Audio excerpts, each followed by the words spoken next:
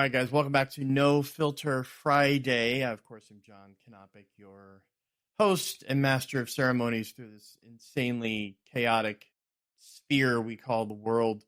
This is a special episode. Not only are we dealing with mental health, because it's something that I'm very passionate about and have dealt with the majority of my life, but I thought, I'd bring in some people who have also dealt with the same thing. These guys are incredibly hilarious. They're also very unfiltered, just like myself, so it's a perfect fit for the show. You can check them out. They have their own little podcast venture they call the Geeks from the Multiverse. They cover everything nerdy, and then some. Listen to a few of their episodes, and yeah, these guys definitely know their stuff. So thought it would be perfect to bring them in here, especially doing mental health. Being Dad's Day and us, fathers going through things on a daily basis. I feel like this is the perfect opportunity to discuss those and just shoot the shit, so to speak, for lack of a better word. So we've got on the other side of the coin here, we've got Matt and John from Geeks from the Multiverse. And I didn't catch, we have a cameo appearance. You can see half of him in the screen right now.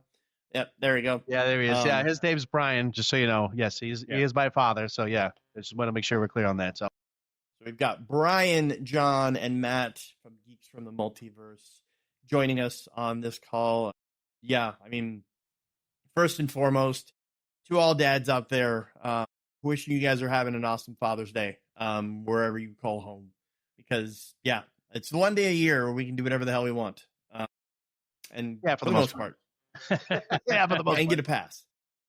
But yeah, guys, thank you very much for joining and for helping me navigate this crap, and going through things dealing with mental health, because I feel it's a very, very, very critical topic that the world needs to focus more on, rather than all the hatred and all the vinegar that's out there in the world. We need to be more focused on fixing what's going on in our own brains, in our own minds, in our own spheres, rather than just attacking everybody else.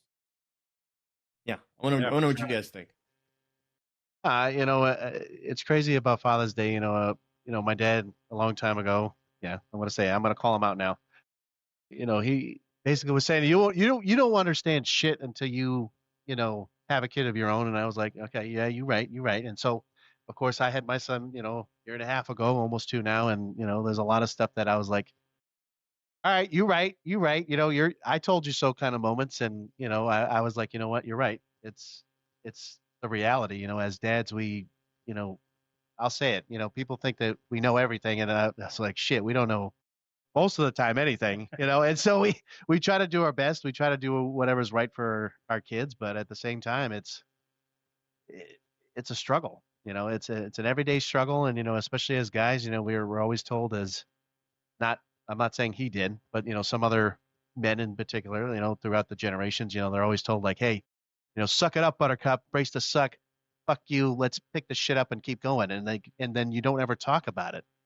You just let it off to the side, and, you pretend everything's A-okay. And then, so many years later, you're like, you start breaking down, you start crying, you start doing all this stuff. And then you're wondering why, there's so much shit in the world, especially for guys. And they're like, well, how am I supposed to express my feelings, or how am I supposed to do these things if I'm told at a young age, like, this is what it is, no matter which way you look at it, And so it's crazy now that as a society, we're like, hey, it's not weak. It's not, the wrong thing to do to go get help. I think as people growing up now, mental health has become more prominent in the last 20 years, for sure, to try to push this narrative where, we're not sitting in the background anymore. We have, guys, for example, like me staying at home, and doing that, where, I would say that would be taboo. Men shouldn't do that. Men shouldn't be at home taking care of their kids or whatever, and the wives shouldn't be going to work. And, there's just different day, every societal things that have changed. So, it's a different perspective. And I can just say, it's, for any dad who does it, I'm like, good for you. I'm just glad I'm going back to work because it's hard as shit. Like, and I know that perspective, but um, it it's a struggle, and it's not always easy. So like when I see like, hit my dad going to work or he's going to work, and I'm like, well, what do I do? Well, I'm hanging out with my kid. Don't get me wrong, it's great, but then you go back to that societal thing where as a male, we're supposed to provide for our families. We're supposed to be the caretakers, the ones that have to make sure that everything needs to go the right way, or if not, it's going to be blamed on us. So, when you see for example, your wife struggling and all these things happening, you're just like, well, how the hell am I supposed to help? Or how am I supposed to do certain things if right now I'm supposed to be worried about one thing, and again, it's everyday shit that we just have to deal with every single time. So my little aspect of it. Yeah, and growing up, I mean, my father was in the military. I mean, he was born in 39, and he didn't have an upbringing. He was in boys' homes because his parents didn't want him. He didn't have any family members, and he struggled. I mean, in the 40s and 50s in Pennsylvania, and that time in that space of the world, I mean, it was very hard for him to be able to navigate the world, to the point where he ended up joining the military. He ended up being in the Air Force. He ended up going and serving during the Korean conflict. And then, like you said, exactly to a T, what you said, when I was growing up, being his only son, after having two daughters, I found, that it was a struggle for me because, like you said, it was, hey, you fell down, you scraped your knee, dust yourself off, get up. I wasn't allowed to have emotions or be able to talk about my feelings, or if I was upset about something, or if something happened at school and I wanted to, discuss it. I couldn't, because he was very closed minded. It was just deal with it, suck it up, and move on. And it was very difficult for me, especially as I got older and in my teenage years, to be able to function like that, being an outcast and having to have all of that pressure put on me. And then watching my mom struggle because, he was not the best towards her either, especially after he lost his job and was bouncing around from job to job, and they were struggling financially. It just took a burden on her, and then I had to take it upon myself to be kind of the man of the house because he wasn't. And then I ended up joining the military myself in 2001 because I struggled so much with stability and all of the pressures and everything, and not being able to navigate the world because I didn't have that support chain. And the military gave me that stability that I needed and that flexibility that I needed, to the point where, the 2 years after I finished my basic training and my medical training, I was able to meet my wife, and I've been with her now over 22 years, because I was the person that she needed me to be. I knew that I could be vulnerable with her in ways I never could be with my family. My mental health struggles, I still have plenty of them, but I feel like I have a much better support system now, with her and with my son.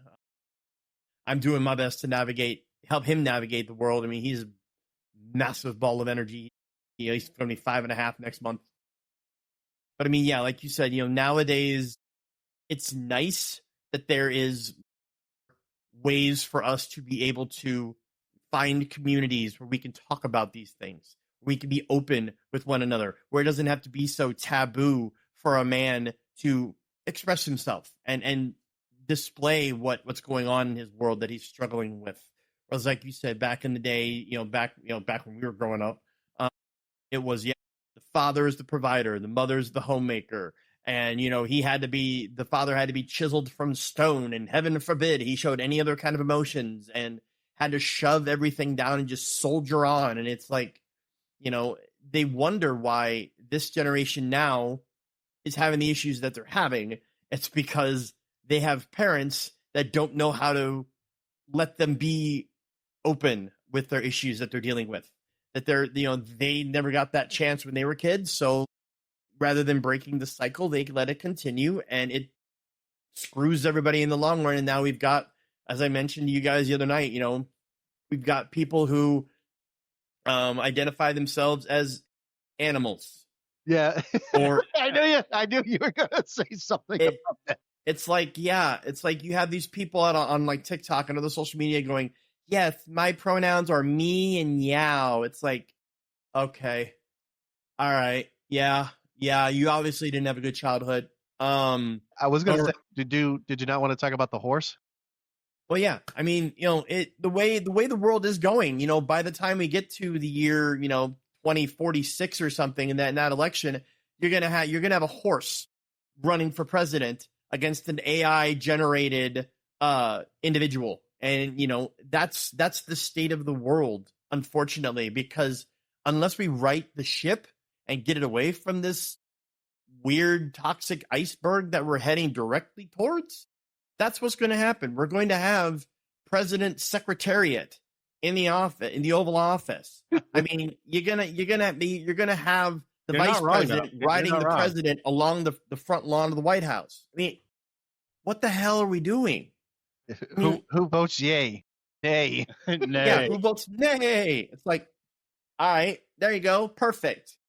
Cloth your hoof 3 times if you want to veto the bill. I mean, it's insane, because it's like when we grew up, and a lot of it also has to do with social media and mainstream media, and the fact that mainstream media feels like, because they're owned by big pharma and all the billionaires out there, we all need to be as drugged up and dumbed down, brainless sheep as possible. So that's why you see riboflaxin on a commercial for during the middle of a TV show, like, hey, this is going to give you anal leakage, but it's going to fix your mental problems. It's like, no, I don't need to see this shit on my screen. All right, get me back to the days where you're giving me like Depends commercials, or we're looking at Globe Home Life Insurance or other shit like that. I don't need to know about a drug that's going to give me a 6th index finger just to cure my male pattern baldness. All right, it's fucking stupid. Yeah, I mean, I wish I could be joking about this, but I think on a random Saturday, just streaming, whatever TV show or movie I was watching, there was a Suboxone commercial. Oh shit. In the middle of the day, and I'm like looking. I mean, we come from drug rehab, Yeah. working there, and I'm looking at the TV and I'm going, wow, this is really like hitting hard. Like you're doing a Suboxone commercial on live streaming during the middle of the day. Like I'm supposed to go to my doctor and go, hey, I saw a commercial for Suboxone. Can I get that? like my doctor's just going to go, hey, yeah, sure. Here's a script. Here you go. What's The worse? doctor's not going to give me a damn fucking script for Suboxone. No, right, but I mean, I was gonna say what's worse about that is like 10 years ago, you're never gonna see that, and you're never gonna see any commercial. Now all of a sudden you're like, oh hey, don't worry, it's only pain management, and I'm like, is it really? Like, you addicted to drugs? Ask your doctor for Suboxone. I'll go do that. When you've got a drug commercial, Appointments pay. If you've got a drug commercial and literally the list of side effects is longer than the duration of the commercial itself, you've got a problem. I'm not going to have something that's going to cure my anxiety, but it's going to give me 50 other different disorders and make my pee turn into chocolate pudding. I'm really not going to do that. I mean, because that sounds interesting, but yeah, it's like, ooh, but at least it fixed my anxiety. But now when I pee, it looks like I work for the Hershey Company. I don't really want that to be the way the world is, but unfortunately, that's the way it's going. And in a more like serious tone, like people, with the whole Minnesota assassination thing that just happened, which I have my theories about that as far as who is actually really behind it. But even more so than that, you have a governor of that state.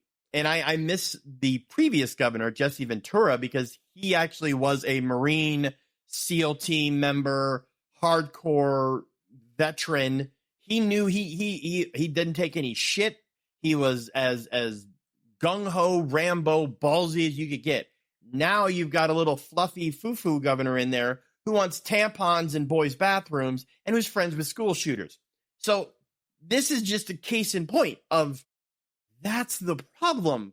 You've got people who are running the country, or even in states, running states that have no business telling people how to live their lives, because they're already clearly mentally unstable. If you're like, hey, Timmy, look over there. There's a Summer's Eve disposable douche in the boys' bathroom. Yay. What? What is going on here? What is a douche? Apparently the governor of Minnesota. But like, I mean, you know, it's a fear culture. That's what we're living in. Everything is a we are. tactic. We absolutely are. And the you problem watch is, it's the like news and everything health is a scare tactic. The medication and, you know, commercials, it's a scare tactic. It's like you watch them and you're like, I think I fucking have that. And you're like, I think I need to ask my doctor about it. Why don't I just throw that onto the list real quick? Yeah, your doctor's going to be like, oh, yeah. Here comes some more money from me. I'll tell you whatever you want to hear. You give no script. This and this, so your arms don't fall off. Or turn it into chocolate pudding, apparently. Yeah, exactly. And the worst part is, it's like, you see, like, when you have a mass shooting or when you have a school shooting, the first thing all of these stupid congressmen and representatives, they're going for is gun grab. And it's like, guys, how about you focus on the fucking main issue first, which is mental health, which is parents' accountability, because these people don't just wake up one morning and be like, you know what, I'm just going to kill 75 people just because it's Wednesday and I feel cute, might kill some people later. No, they're doing this because they have mental health issues. They're doing this because they're screaming out for help from their parents, and their parents could give two shits less. And it's like, we need to focus more on that. If you want to, and you can focus on your gun control later on, because that's the obvious that needs to be focused on. But first things first, get people's mental health under control and get these fucking parents accountable, because the kids aren't finding the guns just randomly. Oh, look, I'm walking down the street and there's an AK-47 sitting in the middle of the fucking road. Hey, lucky day. No, it's either because they have a gun, like your parents are they're not very safe with the way they keep their weapons locked up, or kids are finding ways to pass background checks, which are very scarce at times, and getting the weapons to do what they need to do because they feel like they don't have any other outlet, because they feel like nobody's listening to them. And we need to focus on that more, because rather than just giving us fucking drugs, oh, you're upset, here's an upper. Oh, you're depressed, you're too hyper, here's some Ritalin. It's like, rather than drugging us up and keeping us as mindless fucking puppets, how about we look at the mental health state of people and work with them, have more psychiatrists, have more therapists out there that can help people work through their traumatic issues that they're either going through or have gone through, because that's going to fix a lot of the mental health problems and the mental health crisis that we have going on in this country, which can then in turn stop all of the violence as much as it's been going on. I mean, it's not going to be a cure-all, but it's going to be a hell of a lot better than just, I'm just going to steal your gun and then you're not going to be able to do anything. They'll find other ways, because you're not fixing the mental health problem. Well, that's the thing. People kill people. Guns don't kill people. You're not going to sit there and see a gun on a table and it's going to automatically shoot somebody. It's going to be the person behind it. So you're right. You have to fix the problem at the source. Yep. Yeah. And it's insane that everybody just immediately goes, oh, we're going to go mass shooting, thoughts and prayers, gun grab, do nothing, fix nothing, especially in mental health. And then it just circles and it goes it again and again and again. It's like, when's the violence ever going to end? You got to break the cycle. Yeah. Right. So go ahead. No, I was going to say, when you fix it at the source, that's when you'll have a control on it. When you shut off the spigot, rather than just trying to kink the hose and hopefully that'll stop the water pressure. No, it'll keep coming out. You got to turn off the spigot. That's what you got to do. And that starts with mental health and parental accountability. So all I was going to say real quick is, so I'm going to say some stuff real quick, and then I'm going to have him take over as my dad, because there's a couple things I'm going to tie in. So, both Matt and you don't look at me like that. I know they can't see you, but don't look at me like that. Get out of here. You can see half of his face. There you go. Yeah, now we can see. Yeah, okay. Yeah. So, with Matt in the corner. What's that? I'm sorry. I didn't hear what you said. To the corner. Like, get back over here. I'll put my dunce hat on now. So, with me and Matt, so a little while ago, like he was doing basically mental health, like therapy, so he was doing that at at a clinic. So basically, like at a Suboxone clinic and methadone clinic. It was really more methadone than anything.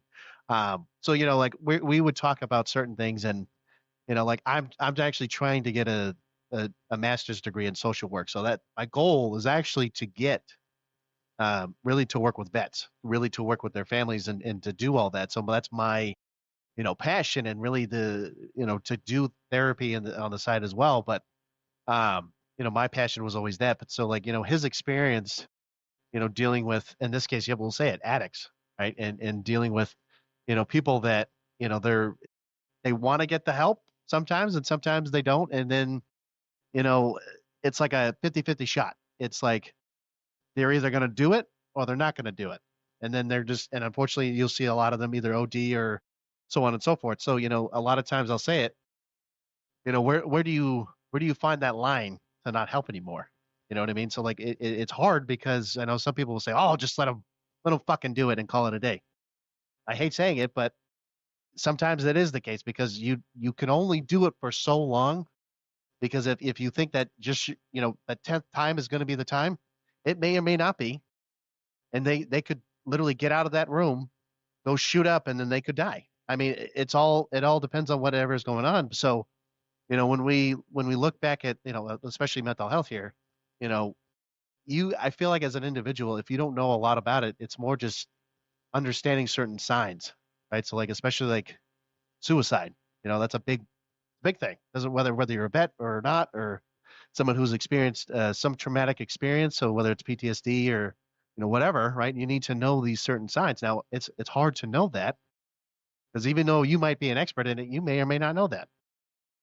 So it's hard to justify what is the right thing to do. And so a lot of times, as I guess as individuals, it's like us, you can see it, like you can kind of see it ahead of time, but then there's times where you never would have known that this individual had this, because they hide it really damn well, and you don't have a fucking clue. And that's the truth. And I think for people, especially males, when you do, this, like battle buddy checks, right? So like you're reaching out like, hey, how you doing, man? I've talked to you like a couple years.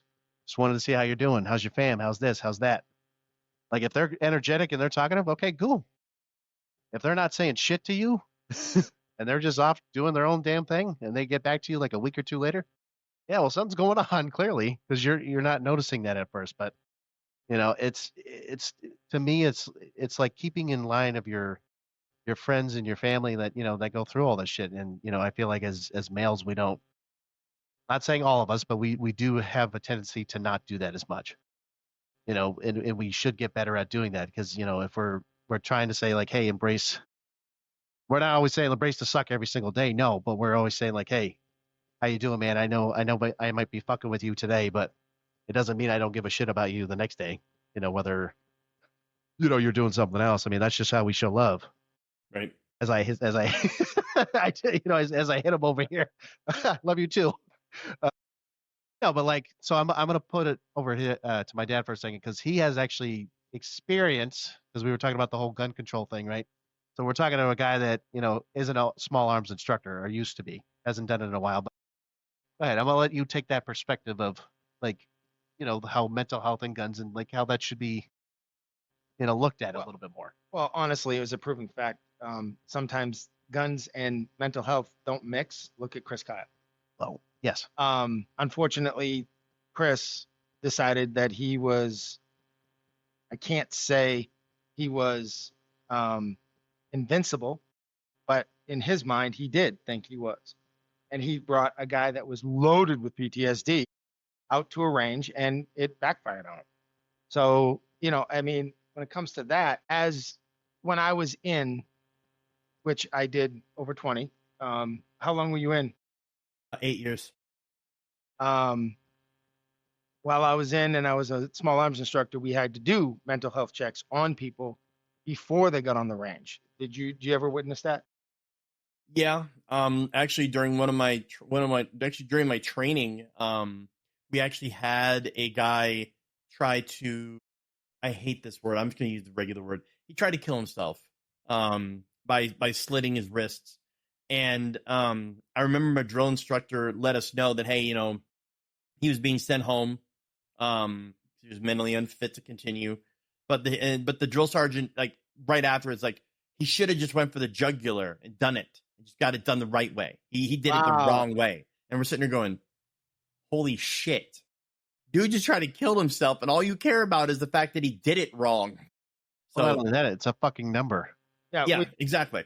And when I was on the range, and I found out that they had just gotten back from deployment to Iraq, Afghanistan, whatever.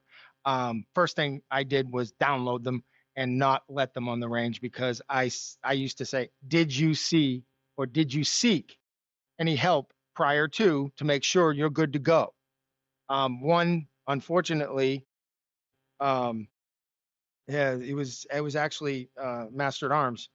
He went on the range. He was fine, slipped through the cracks, and next thing you know, 3 days later, he had hung himself in his closet. So again, he didn't use a weapon, but he found a way. Like you said, they will find a way, no matter what. So mental health is definitely a big issue, because I did little under a year in Iraq, and the stuff I saw, the things I went through. I came back. I was jacked. I had no idea. I almost slipped through the cracks. I almost became one of those guys under the bridge. Homeless vet will work for food. I could see how easily that could, on that side of it, I could see how easy that could happen. But I did find help afterwards, and I'm gonna say this too, because when I got back, I lost my wife, because it was just bad. My sons decided that I was the bad guy, which I let them have it, and that's fine. I get it, because they were young, they didn't understand, and somebody had to be the bad guy. I got it. Since they got older, they understand what I was going through, and as a matter of fact, quote me if I'm wrong, Mm-hmm. the reason you got into mental health was because of it. It was one of the reasons. It was a major reason, but there was other things as well. So what he was saying was, when he came back, so this is why I'm saying, like, with the people, if they don't understand this piece of it. So when you see somebody, literally, I remember him driving down a highway. I'll call you. I don't care. He's driving, and all of a sudden, it's like 65, 70, and we're like, okay, whatever. All of a sudden, I see him go, "Grrr," and I mean, it's like we're going almost 100 miles an hour, and I'm like, okay, hey, what are you doing? And I'm like trying to like stop him for a second, and he's like, oh, what? And again, he was thinking that he's in Iraq and he has to go as quick as fuckingly possible, and there's nothing I can do besides just keep going. And so I'm like, Dad, you're here right now with me. So I'm 14 years old saying this to him.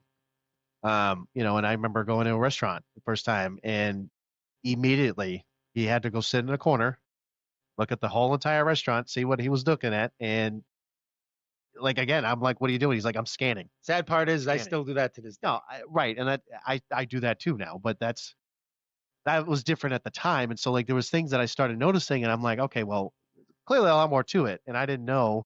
And so I was looking at, PTSD, and I was looking at doing stuff like that. And I was like, man, this is like what I want to do. And this is what I want to look at. And so not just him, but my mom's dad, so my grandfather, he had a form of shell shock, from what I remember, that every year for about a week, he'd lock himself in his house. He'd stock up on food and do whatever, and he'd sit there for a week doing whatever the hell he did. And then after a week went by, it was done, and he would just let it go. And I'm like, well, that's the shittiest way to ever do that, but that was his way of doing it. I went through 14 ID attacks, and going through 14 and actually surviving, right, and only having what my knee is all jacked. But the only reason that I survived was because I was in the right place at the right time. I was lucky as fuck. Oh yeah. So I've heard the stories. The big thing still to this day for me is on the highways when I see a broke down vehicle, because 2 of those IEDs were in broke down vehicles, and they went off when the convoy went by. So, I mean, like you said, when you go through these traumatic experiences, there are triggers. Once the triggers happen, you could fall back into almost even a flashback. And I saw enough for 10 people. I never want to see that stuff again. And I'm trying to heal myself just like you are. And it's a progression. It's not just overnight. People don't understand. Matter of fact, one of my counselors actually told me that your stress level can spin up past what your body can handle so quick, within an hour. But because of that, each day that you're under that stress, he told me that it takes a year for your stress level to come back down. So he said you could go to your grave with half the stuff that you're holding. So it's a progression. It's not people don't think, oh, I'm gonna get off the bus. You're healed. It doesn't work that way. It's always a progression, and these guys both know it. So, sorry. That's the whole. This is the whole point. This is the whole point why we're here doing this right now. So, and I think also like a big problem, another one that ties into mental health is the fact that, and I know this because like when I was growing up before my father decided I was persona non grata, he volunteered at the VA, our local VA in Iowa where we lived every weekend, and he was handing out rosaries and talking to fellow vets and stuff. And it's horrible that, especially like after seeing, the big parade and everything that happened yesterday, it's horrible to see all of these veterans who put their lives on the line, and all these soldiers who put their lives on the line for us to be safe and free and be able to do what we want to do, to come back home after tours and to not get that mental health needs met. They don't have the proper like therapists and psychologists and psychiatric people there to help them reacclimate them into society. Instead, they just get dumped back in and just be expected, oh, well, you just like you said, you've survived 10 plus IED attacks during your tour over in Iraq. Now you're going to come back to the States and you just got to resume living your life like you're just a normal individual. Like there's not going to be triggers. Like there's not going to be PTSD issues that are going to come up. And it's horrible because it's like we need to take care of those who have protected us for so long. And it's embarrassing the shape of the Veterans Affairs and the lack of compassion that the government and the people who have the pocketbooks, who have the funds that can give us the resources we need, they don't give a crap. It's like it just goes on the back burner. And then you wonder why. You see all these homeless people out there, and a lot of them are vets because a lot of them come back and they struggle mentally. And they, like you said, they lose their family, they lose their friends, and they have nothing, and they're not able to get their brains back to where they need them to be or get reacclimated with society. And it's sickening because it's like, they're protecting us. They're the guardians. We should be not only welcoming them back with fanfare, but also protecting them before putting them back into society to make sure that, hey, are you good? Are you able to, we don't want you struggling or, like you said, unaliving or killing yourself or heaven forbid, suddenly you snap, you think you're back in Fallujah and you're trying to take out a crowd of people at a grocery store because the switch was hit, because, those mental needs are being unmet. And that ties in again to focus, and all they care about is just, political agenda and trying to keep the other side at bay and trying to keep people scared. And it's like, no, how about you fucking focus on making sure that we're all sane and competent and we're safe from a mental standpoint, because y'all ain't doing a very good job. And a lot of the shit that's happening is a direct result of that.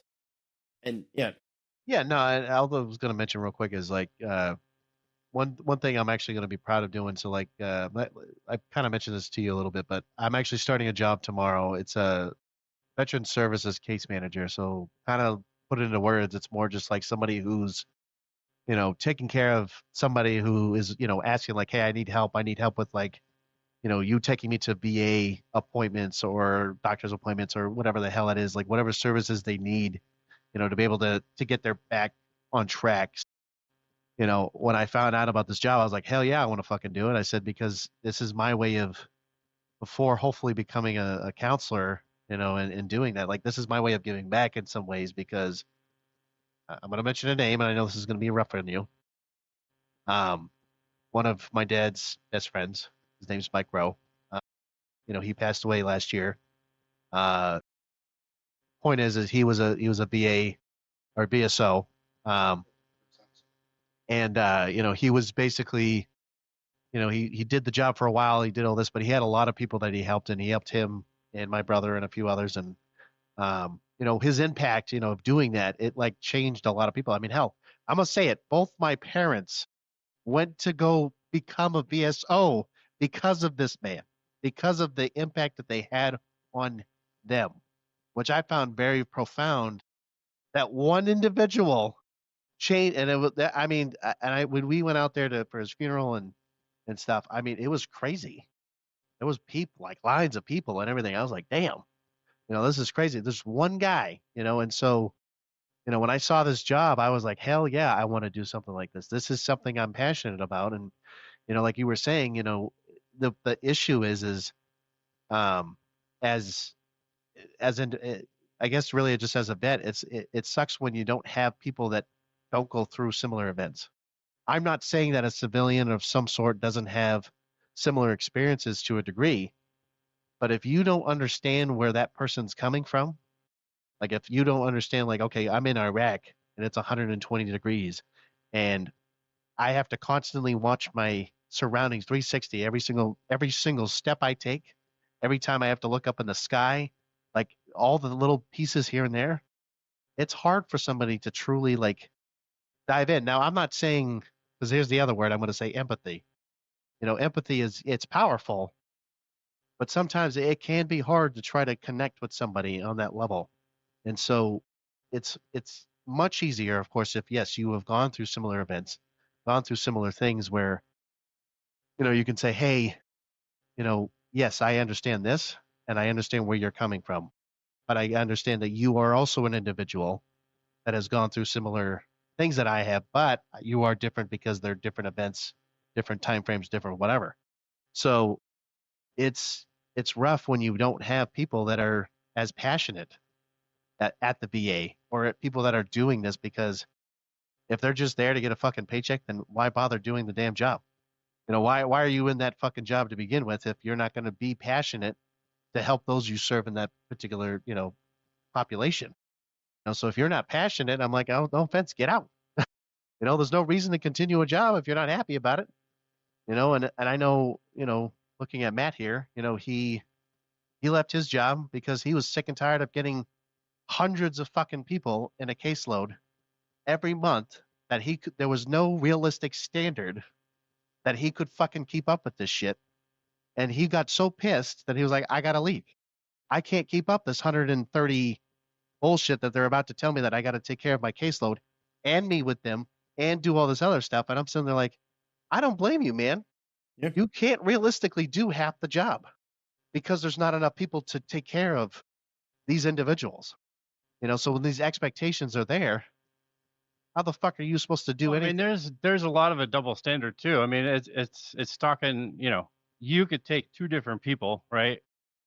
Both would have an addiction. Right.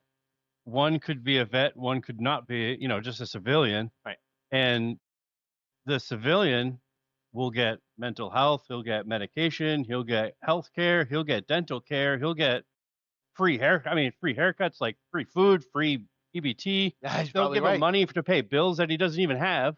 Right. But you get a vet with an addiction, screw the mental health, screw the free medication, screw the haircut, screw the bills. Like, right. You'll get nothing. You get jack shit. Because you got to jump through hoops, like 12 hoops. And the hoops aren't just like ground level. They're like all the way up here. Like, yeah. For whatever reason, it's just like, it's such a double standard. But from what you were saying, like, yeah, like the clinic I was working for, It wasn't 130, but it was 117. But the yeah, point is, it was a lot more than what he should have been doing. but yeah, it was just a load of bullshit at the time, because it was like we were doing, methadone clinics are harm reduction, right? But it was like, what harm are we reducing when 90% of my caseload are still fucking using? Well, not only we're not reducing any harm if you're still using drugs, buddy. well, when you look at you know what I mean? Like, you're when still you look doing at- your shit. Like, we're not reducing any harm. We're just dosing you with another drug. right, but when you're looking at fucking methadone or Suboxone, it really doesn't make a difference. I mean, they're the same, pretty much. We're basically identical. becoming your legal drug dealer. Like, here but you you're go, still- and say- you're still using your drug too on top of it. And by the way, you got to come every day. Okay, have a nice day. you know, like Thanks that's for your money. So now they'll become addicted to those drugs too, and that's the problem. It's like you said, rather than trying to fix the issue and help these people get their mental states back on where they need to be, instead it's just, here's some more drugs that's going to try to get you unhooked on these, but it might end up getting you hooked on this instead. So you have to keep coming back, and you have to keep doing this. You have to keep, and A lot of And hand then- holding instead of saying, just fucking stop. You know what I mean? Like, instead of like, some of the people that I had, like, I really wish I could have just shook them and said, just fucking stop. Like, stop breaking the law, asshole. And like, what is your issue? like, you know what I mean? Like, just stop doing what you're doing. Like, but I couldn't do that because I'm a counselor. But it's right, right. but it's like, just stop doing what you're doing. Like, realistically, Oh, but it's right. like, no, let me hold your hand here, have some medication, it'll make you better. No, you don't have to stop doing what you're doing. Just this medication will help you stop. yeah. What? like- Come on, get the fuck out of here with this. Like, come on. And it, like, not to that level, but like, it was like with me when I was a young kid growing up, when I was, like 5, 6, 7, like I was diagnosed with ADHD, and, I always had to be doing something. I always had to have something going on. I couldn't be sitting still for extended periods of time, rather than finding ways to creatively allow me to utilize that energy and stimulate that growth, and allow me to, continue to evolve and get better, and learn from that disorder that they said I had. Instead, it's, here's some fucking Ritalin.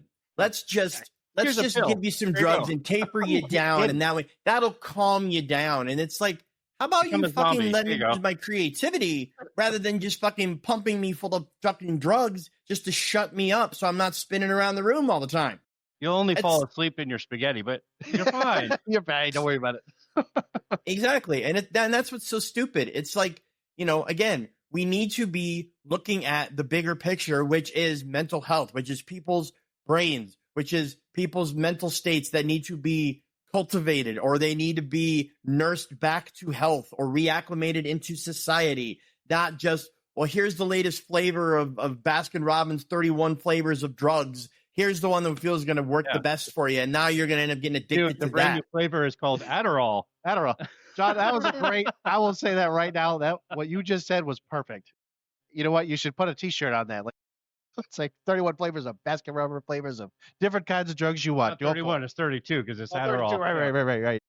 Yeah, I got from Ritalin to Vyvanse to Adderall. It's like, seriously. I mean, and again, this all ties back to big pharma and everything having all of their hands in these people's pockets and controlling the narrative and controlling, the fact that you're seeing riboflavin and all the other stupid medications plastered all over TV, because then you're going to, with these people who are already so frail in their mental mind states, it's going to immediately give them a placebo effect. We're like, you know what? I do resonate with 3 or 4 of those little, the 3 or 4 of those symptoms. I resonate with that. I must have that. I must go to my doctor right now and get that medicine. And it's like, that's literally what they're wanting to do. They know that people are so brainwashed still right now that they can fucking easily get these people to believe that they've got whatever fucking syndrome they want to throw at you. That they just use a random name generator. Flipper, yay! That's the drug now. Yeah, you have that syndrome. So now you have to go to your doctor and get one that's going to make your left leg fall off you're going to make your hair turn purple, you're going to pee out chocolate, and you're going to poop out rainbow sprinkles. But guess what? That's going to fix your disorder. So it's like, yay. Yeah, but then But then those side effects, they actually give you more drugs to fix those side effects that give you more side effects that will give you, it's an ongoing thing. Exactly. It's like, you go in for one syndrome and you're supposed to get one medication. You end up with 9 syndromes and 15 medications because that's how they have that have it all nicely neat and tied up into a bow. And it's like, instead of going like to where the real source would be is like parents and schools and, actual therapists that aren't going to be like, well, you have a disorder. It's called gender dysphoria. Get the fuck out of here with this. Like, hey, gender dysphoria was not a disorder. It was, no, you have a mental health condition. Let's talk about it. Not, let's figure out what gender you are. I think you might be a horse. Right. I'm a little confused on what I am right now. Hello, I'm Mr. Ed. Yeah. Mr. Ed. I think you're really a secretariat, but you need to come get your son. What happened at school? Well, randomly at times during the day, he just goes out, Wilbur, and we don't know why that is. So, I think there might be a problem here. And it's like, okay. And this is another thing. Like when we grew up in school, it was men, women, innies, outies. That's all there was. And yeah, you may have had like your drag queens and things like that. Even in the 90s, like RuPaul and shit like that. Yeah, that was fine. You want to have your little drag queens, even like go old school. Let's go Tim fucking Curry in Rocky Horror Picture Show. But you know what? Tim Curry knew he's a fucking dude. He may have dressed up as a fucking woman and did all that shit, or like Dustin Hoffman and Tootsie. He dressed up as a fucking woman. But guess what? Dustin Hoffman knew, I got a dick. I'm a man. It's not, Robert well, Williams? I dressed up as a woman, so maybe now I might identify as a woman, so I'm going to go lop off my penis. No, he didn't do that because that's not the way our mental states were back in those days. That's not how we were raised. But now, unfortunately, you've got fucking parents out there, and my wife and I were talking about this on the drive home today, and she made a really good point. A lot of parents nowadays, the shitty part is that these parents were so hell bent, like, oh, I'm gonna have a baby boy. I'm pregnant. I'm gonna have a baby boy. Comes out a girl, and all of a sudden now the parents aren't happy with the fact that it's a girl instead of a boy. So what they do is they start trying to hone in on the smallest little fucking thing, like, oh look, Susie's over there playing with Hot Wheels cars, and Susie likes Rambo and G.I. Joe. She must be a boy. And rather than just letting her be a fucking tomboy, they start talking about, oh, you really are a boy, aren't you? And then they try to go for the gender reassignment or try to get him the hormone replacement drugs to make them that way because they're not happy with the fact that the gender didn't come out the way they wanted it to. And that's fucking horrible. And that's parental abuse right there. And parents like that have no business raising kids. Oh, I'm sorry you didn't get the fucking flavor that you wanted, but you can't fucking force that flavor to be one you wanted.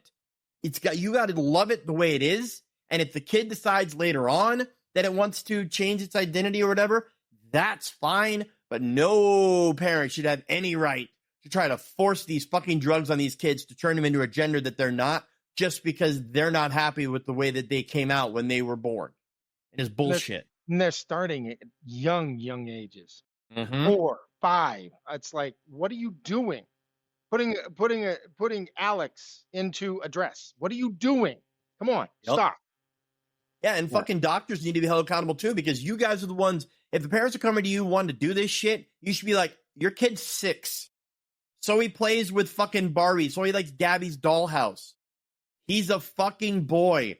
Let him explore. I'm not going to give you drugs to turn him into a fucking girl just because of the fact that you don't like the fact that he's a boy, or he might be showing some signs that he likes some feminine stuff. Big fucking deal. Well, who cares? Well, wasn't it like a little while ago? Weren't they trying to make a law in place for like to have like kids be like the rights to basically like decide if whatever they want to do at a very young age or something like that? And I'm sitting there like, yep. Yeah. So you're letting, hold on. I was like, so you're letting these kids who are, let's say 1, 2, 3, or however old they're supposed to be, or make up a fucking mind if they're going to pick to be a boy or a girl at that point. Like, how the fuck are you going to make these kids who have no idea what the fuck they're about to get themselves into making a decision like that at a very young age? And then the parents are like, yeah, that's fine. Let them decide. I'm like, no, Your son, you your don't let son them just fucking decide. your son just picked his butt and ate what he found in there. But you're gonna let him decide what gender he wants to be? Especially at that Okay. age. Yeah, And no, that's what I mean. you shouldn't be. Yeah, you shouldn't be in charge of that child. No. That you're going to allow Like, that to no, happen. but they want to do that. And I was sitting there like, what the fuck is wrong with you? Like, no, I understand.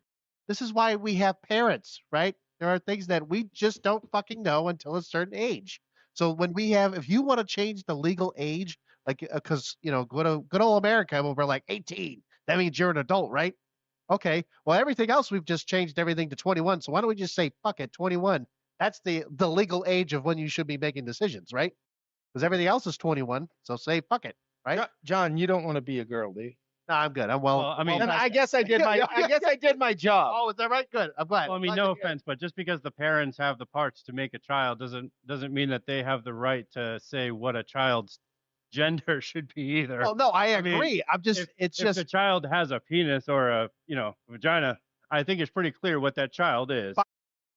right. No, I get that. But It's just. I think if you have a male child and the child's playing with Barbies, who gives a shit Right, what the it- child's playing No, with? I Right, agree like- with that. I don't really care, but like, it's a problem when you have and there's been reports of this Right. when you have a child who's in school and the school itself is telling the child like, oh, like your child is wanting to become a girl or becoming a guy, and the school itself is not telling the parents No, of course they won't. about the conversations they're having with your child, and then all of a sudden you find out that your child is already going through The process. the process of medication and counseling for this, and you're like, Well, so fuck- now I was fuck gonna they are. right because I was gonna say now it's the schools. I was like, what the fuck? I didn't realize you were the parent.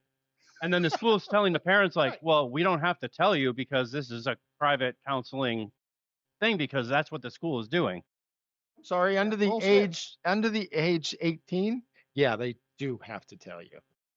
You see, Sorry. that's what infuriates me to no end, especially because now, like, my son is going to be starting kindergarten in a couple months. This will be his first time going to public schools, and that's what infuriates me because, like, when we were growing up, the moment we get dropped off at that door and we go through those doors, it is the administration, teachers, principal. It's their job to shape and mold us. And if there are any issues that come up, there are any concerns that they see during the period of the day or whatever, they're supposed to be bringing that to us. We should not have to be worried about, well, are they learning everything? Not just are they learning what they need to learn, but are they also being given all of this other bullshit that they don't need to be learning? Like all of this fucking like sex ed shit and all of this like, oh, now it's time for queer and transgender and bi studies. Like, no, we didn't have those fucking classes when we grew up. Right. We shouldn't be Anatomy. having them now. They need to get public schools. I think the whole public school system as a whole needs to quote Jack Nicholson from the original Batman. The school system needs an enema. It needs to be Nope. completely fucking overhauled, and we need to get back to the way things were: reading, writing, math, arithmetic, and just the basic necessities we need, and including shit that we're never going to use like algebra and geometry and all that bullshit. Pretty But much. we don't need to know about, here's how you put a condom on a banana. Fuck that. We don't need to know that shit when we're in elementary school. Honestly, if you can't fucking figure it out when it's time for you to have sex, then you have a bigger problem. Like, you know what I mean? Like, if you can't figure out how to put a condom on when you're about to have sex, then you have a bigger problem. That's true. Insert peg A into slot B. Yeah. Yeah. You have a bigger And I problem. just- I'm just saying. I don't want to know. I don't want to have to fear that, my kid is going to be given all of this misinformation and all of this shit where like he's going to come home someday from school going, you know what, guys, I think I might be a girl. And it's like, oh, fuck me. What did they tell you? Yeah, I'm Because curious. sure to shit, something was said or My health something teacher was said told I to could have them. periods. Well, you're a Yeah. boy, so that's not possible. Don't know how that's You got happening. you got she said to that I schmeckle could- there, kid. Okay, You're well, not a I'm gonna girl. go talk to that lady. I was like, do I need to like pick her in the balls and see if. Oh, wait, she has balls. That's what I was told. Yeah, we don't need a Finkel Einhorn type situation going on here. I mean, we know if you got balls in a dick, you're a boy. If you don't, you're a girl. It's end of discussion. There's not, well, we've got 16 genders and all of these different things, and this person over here thinks he's a Teddy Ruxpin, so we're gonna identify him as a Teddy Ruxpin. What the fuck, man? He's a boy. He's a girl. Look at your birth certificate. It tells you what you are. Anybody got a cassette tape I can throw in his bag and find out? Oh, God. Now going back to gun control, I identify as an AK-47, and I'm going to shoot everybody. Come on now. I don't know. God. Yeah, I don't know. Schools need to just go back to like just teach the reproductive system and the basic health class stuff, and like just go simple with what they're teaching kids, and not like all this bullshit. Like just teach. Right. You don't need to share your own biases and what you're teaching now. It just my favorite part of that is they're giving all these kids all of this stuff, and they're doing it behind the parents' back. But at the same time, if your kid is truant, a lot of the systems will fine the parents because they're not taking care of the kids and making sure that they're in school. That's true. Okay, hello, double standard? Yeah, and like, you know, if like here's your new teacher, and if she's got like 75 different hair colors, 19 piercings, and you go into her classroom and there's all the fucking flags, different colored flags you could think of, and looks like a fucking unicorn shit all over that room, chances are they ain't going to be teaching the kid what they need to be taught. And it's I think that schools have a responsibility to be like, okay, now your son is starting kindergarten. Here is the curriculum for the year. This is what we're going to be going through week by week. And we should know that, and not, well, this is what we told them we're going to go through. But like you said, we're just going to slip in a couple little things here or there. Fuck that. No. This is what you're going to be teaching him, and only what you're going to be teaching him. And that's another reason why homeschooling has grown the way it has, not just because of fucking COVID, but because parents see all the bullshit that's going on in public schools, and they're like, fuck this. I will teach my kid what I know that they need to be taught, and just that. And then that's why they homeschool the kids. I mean, they're going to be getting the education and not all that other bullshit that should never be coming across them in schools. But the one problem with that homeschooling is they don't get the social skills. They don't get certain things that they're going to miss out, and they're going to become very, very awkward when they're thrown into that situation. So there's a give and take to that. True. The good thing is, though, is that nowadays, like, again, when we were growing up back in the 70s, 80s, 90s, you know, homeschool, like you said, homeschool was the awkward, like, this is Jedediah. And when he's not learning that, he's over there milking the cows. No. Churning butter. Now, thankfully, with the days of Zoom and things like that, like homeschooling, you can now get, you know, other kids, and you can actually get them together and be taught, you know, virtually, where you're still in control of the narrative, but you also have that social interaction where back in the 80s and 90s, Jedediah was just shit out of luck. He just had his cows to mingle with because, he's like, you know, we didn't have the technology that we have now. Well, so they proved it worked during COVID when everybody was staying at home. A lot of classes were done on computers. Oh, that shit didn't work. It actually made it worse. that shit didn't work at all. What I'm saying is, certain school systems it actually did work. The higher education for some, not for all. Okay, not for the lower grades, but for the higher education. Yes, for some. Yeah. No, I was going to say that, like, you know, with schools nowadays, the one thing that they like, because you just were saying, like, take an enema and just fucking blow that shit up. I mean, instead of standardized testing, I mean, yes, I think we should go back to the ways of, like, yes, you want the teacher to have the control, but the thing is as parents, and like, again, when you're looking at like PTA meetings and whatever fucking meetings that they have now, you know, this is where you would say, listen, if you're going to teach my kid history, don't only just say, hey, we're going to do white history. Why don't you do every fucking piece of history and not just this one little section? Because they do tend to not have certain pieces, and throw that in there. And like you said about math, right? So like, teach things that are actually going to be useful. This bullshit new math. Right. New math. Like, What the fuck is get new that math? fucking Is it new the math same outta thing here. as the old math but new? Like, what is this shit? You know, and See- and like science, like Fucking science new hasn't changed. Is it new science? Is it like, oh my God, here we are. This is what it is. Like, what are we talking about here? Yes, the new science. Didn't you hear him? It's like 17 different go genders back to now. dissecting Right. frogs And anatomy. Like, what happened to cow eyes. good old anatomy? Like, okay, ready? Your boobies. Okay, we have penis, and you know. So it's like, what is this? What am I looking at here? Go back to dissecting cats and cow eyes. I mean, that's what I did. in Yeah, high and I school, remember and, like frogs and shit like that. I mean, hello. Yeah, you dissected frogs. You know, like, oh well, I can't dissect this frog, teacher. Why? Because I don't know. I don't know if the gender identity has been determined or It not. hasn't been established yet.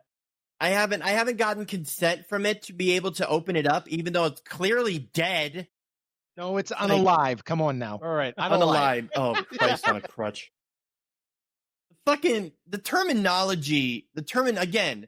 This Can't again, either. again, part of it is can't COVID, but also part of it things is that just are the alive. fact that our fucking school system and mainstream media has just dumbed us down to no end. It's like, you know, when we were growing up, if you heard the word ratchet, you would think, okay, it's a fucking tool that you use and you Correct. have in your toolbox. Now it's like, oh my God, that's so ratchet.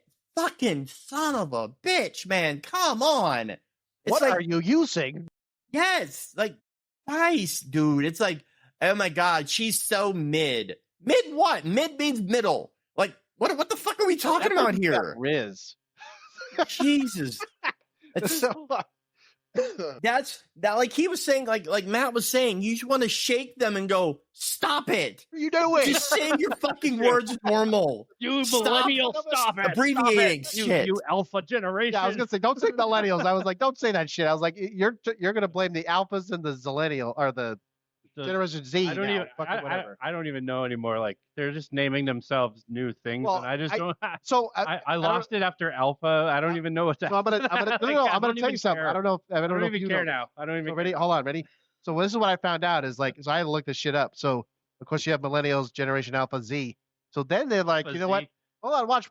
Ready? They sound like So they're what from they- other planets. Can you shut up for 2 damn seconds? God damn it. Anyways, what they're doing now is they're doing the Greek alphabet. So they're gonna go alpha, beta, but all the way down. And I'm sitting there like, you what? You're gonna go I'm Generation Beta. Epsilon. right? And I'm sitting there like, Right. They this sound is like where they're you're from gonna other go, fucking planets. right? And I'm like, you might as well just start naming like, hey, we got Generation Taurus I'm here. Alien Alpha Epsilon Z 39. Well, you know What what, is going on motherfuckers? here? I'm Generation Lambda. I was Okay, just gonna say motherfuckers? that. I was just gonna say that.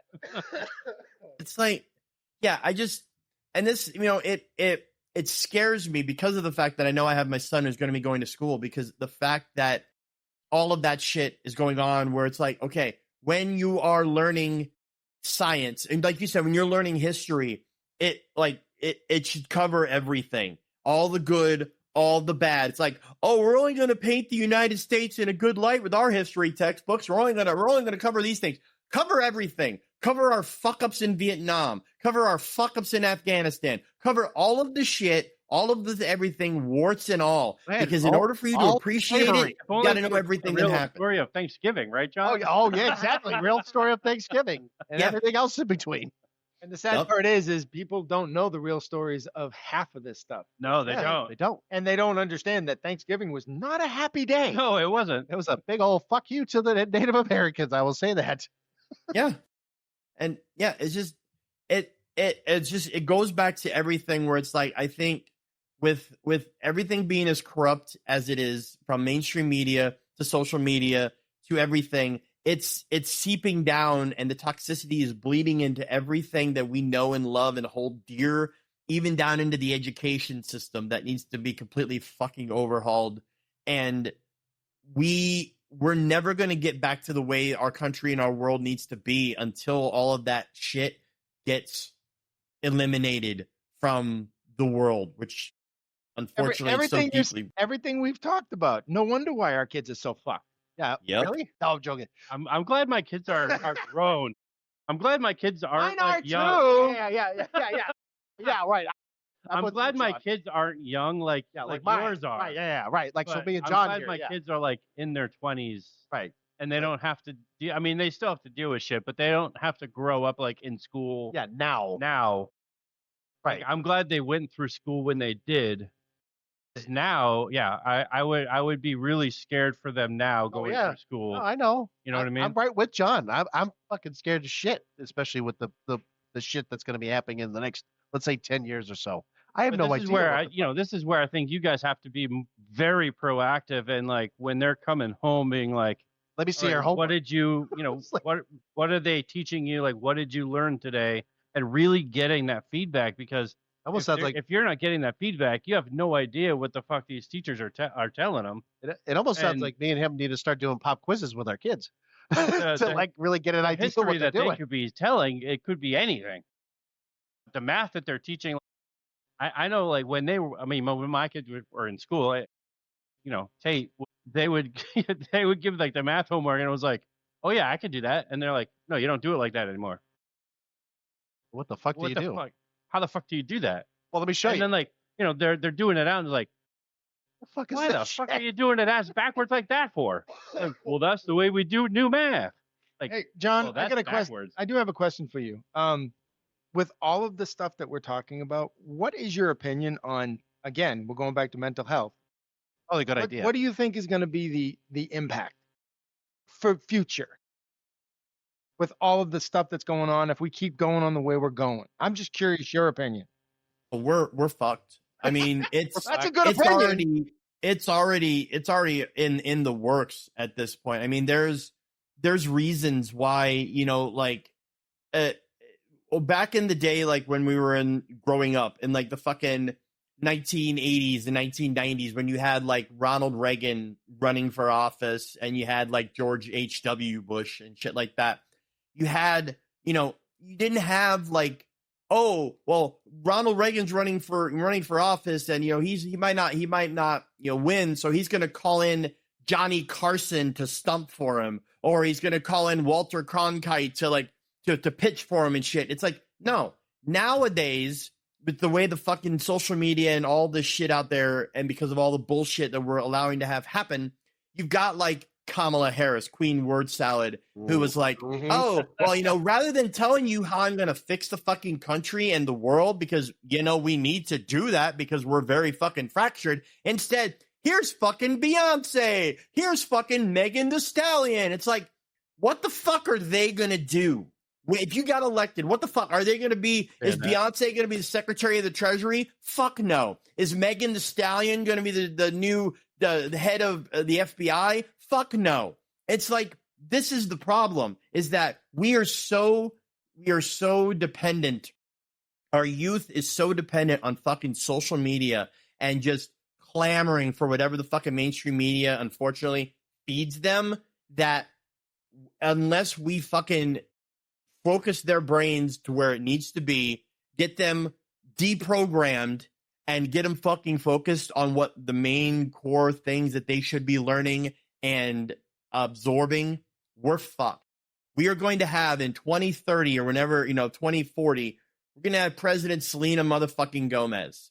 And she's going to be going up against Kanye West's kid, Northwest. Yep. And we're fucked. And then I guess independent party is going to be Secretariat, the descendant of Secretariat, whose platform is, I've got 4 hooves, they got 2 legs, I win. It's like, fuck.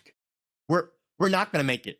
We won't make it. And it's going to be very, very scary if we don't right the ship now before we're hitting that iceberg. So you're saying the great experiment may be over? Oh, absolutely. Yeah. The great experiment was a catastrophic failure. And unfortunately, the big people like the skeezy sumbitches like Bill Gates, like Anthony Fauci, like George Soros, all of these fucking people that control tech and pharma and all this shit, as long as they maintain that power and as long as people aren't waking the fuck up, it ain't never going to change. You may have half the country or more saying, we're tired of the bullshit, let's fix it. But if you can't get the rest of the people on board, it ain't never going to get fixed. Well, you're always going to have the other half, honestly, they're too busy having chats with AI bots and relationships with AI. I mean that's just the reality of the situation. I mean, they're too busy chatting with AI girlfriends to get off their phones. You know what I mean? So yeah, look up for 2 seconds and do shit. Well, I mean, and then I could even throw this out there. I mean, like, when you look at the fucking U.S. Constitution, because I'm looking at him for a reason. It even states in there, we're talking about tyranny or tyranny. We're talking about all this shit, and we're talking about a government that is, so much in control. And we thought, okay, we the people, ready, right there, we the people, kind of, we could do what we need to do to get back to where we should be. But again, because of a certain bill, back in the day, good old George W. Bush, yeah, him doing that shit, because if we decided, hey, we're going to go against the government, well, I guess that's a form of terrorism. I don't know what to fucking tell you about that. And if you want to get your government back, guess what? That's a form of terrorism. So good luck with that. No, because we have a people that are so reliant on the government that we can't. EBT and that we society as a whole cannot take their mouths off the teat of the government to stop milking. Oh, you mean when every resource from the government to sustain themselves naturally? So you mean like that woman with the 2 kids, or sorry, like the 5 kids that she has, and she's driving a Lincoln Navigator, and she's like buying all this stupid brand new shit. Nikes, but she's on Medicaid. Yeah, and she's got cigarette cartons and fucking all kinds of shit going in her cart. Yeah, she's getting fuel assistance and EBT, and she's getting money to pay her bills. And we're just like, hey, we're just driving our Toyota Corollas or whatever the fuck we're driving, and we're like, okay, I guess this is what life is. Yeah, most of us are working like 2 jobs trying to do this, and then we're getting shut off notices, and we can barely pay our bills. And then this lady's like driving freaking a brand new car and brand new sneakers and brand new clothes, and our kids are all wearing new clothes. Yeah, and she's the parent. She's part of the parents that are going to be, that don't give a fuck about what their kids are being taught in school,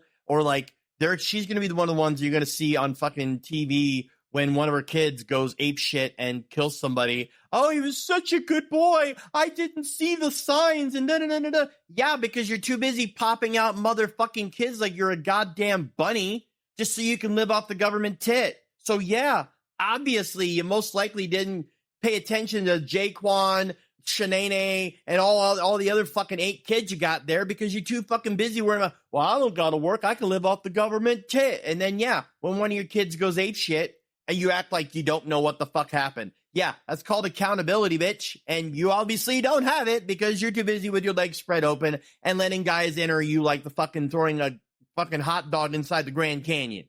I mean, seriously. I cannot wait for this shit to drop, man. I'm going to tell you right now. I can't wait for it to drop this Friday. This is going to be so fucking awesome. But go ahead. I know my dad's got something to say about that. It was about what you were talking about. What? I was gonna explain about the patriarchy. George Bush. Yeah, go ahead. So, John, you've read the Declaration, right? Yes. Okay. Yeah. So the whole we hold these truths to be self-evident, all men are created equal, blah blah blah. Always goes to the life, liberty, and pursuit of happiness. Everybody knows that first line. Yeah. The second line states that to secure these rights, governments are instituted among men, deriving their powers from the consent of the governed, which are us. That whenever any form of government becomes destructive to these ends, it is the right of the people to alter or abolish such government and to institute new government, laying the foundation on such principles and organizing its power in such form as to they shall, this is old English, shall seem most likely to affect their safety and happiness, prudence, and so on and so forth. Basically, what it's stating is we have the right to life, liberty, and pursuit of happiness. And if a government becomes too powerful, like you're saying, we, as the people governed, have the right to abolish it. Now, the 836-page paper that he's talking about, the Patriot Act, just took that entire line and got rid of it, because once you go against this government, you are deemed a terrorist. So that, like you said, we are fucked because they're picking apart our Constitution, our Declaration of Independence, the things that we hold dear in this country. The problem with that is, like you said, it's going to start deteriorating the way we do business in this country and the way we handle our families, the way we grow up, the way we think. You're right. I agree with you. We're fucked. We're fucked. That is the. Yeah. Hey, by the way, the end of the podcast. We're fucked. Okay, got it. Yeah, and I think, a big part of it needs to be, and again, like you were just saying, I think a big part of it needs to be, not only do we need like age limits as far as like if you're going to run for president, you have to be you can't be older than this, but at the same time, we need fucking term limits on everybody, not just presidents, Congress and representatives, because you have fucking Skeletor. Nancy Pelosi, who's still sitting there, and like fucking Chuck Schumer again, who's fucking like the Penguin from Batman, and these people aren't getting voted out because nobody's coming to oppose them, and if they do, they're so fucking corrupt and they have so many deep pockets, they squash them like a fucking bug. But if they had term limits, these people would already be out, and then you'd have other people coming in, like fucking AOC, who to me is one of the worst wastes of oxygen in the history of DC. She's in there because, again, New York, they're never going to fucking put in right people, excuse me, in their representatives and their congressmen. But that's another thing we need to do is, like you said, if the government's fucking around, then they need to find out that, okay, we're going to toss you out and we're going to bring in right people and we're going to reshape this from the ground up. But instead, we can do whatever the fuck you want. And if you try to say one bad thing against us, you're an insurrectionist, you're a domestic terrorist, you're going to get arrested, or you're going to be killed.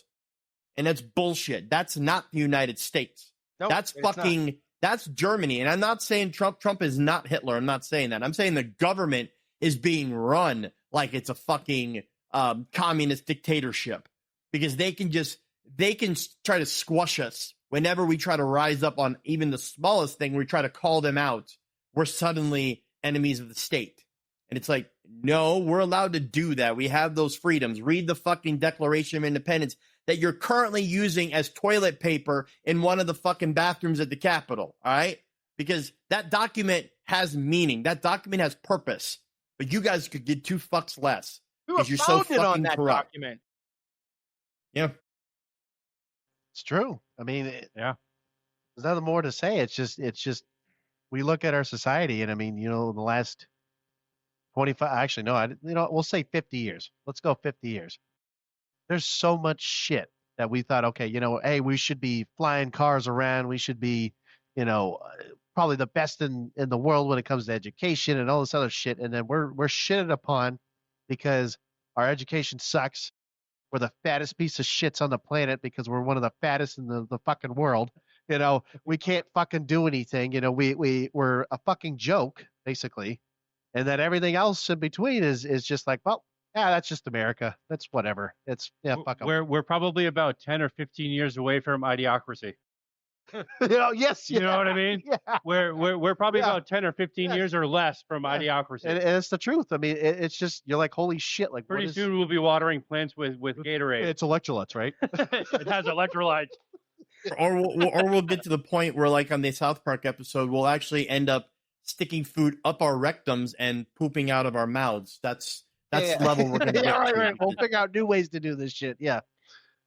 Oh man. But yeah, I think this has been a very informative talk that we've had. So I will say this, John. I love how we've been going back with like, oh, we should really talk about mental health, and then we go, oh, we're gonna go do something else, and then we're talking about this. Hey, I brought us back on topic for well, yeah, for 2 seconds, and then we just been all over the place, and I think this is why. I think this is I like having us, talking. But honestly, everything that we've been talking about actually has a part to play in the mental health of people in the world. No, because of the way government does things, the way that our school systems does things. The parents aren't parenting anymore. Everything plays a part in the mental health of society. Sorry, that last part, what you just said, I agree with wholeheartedly. Yes, the parenting part, Wow. I'm joking. I'm not talking about you. I'm sorry, Kimberly. I will make sure. Really?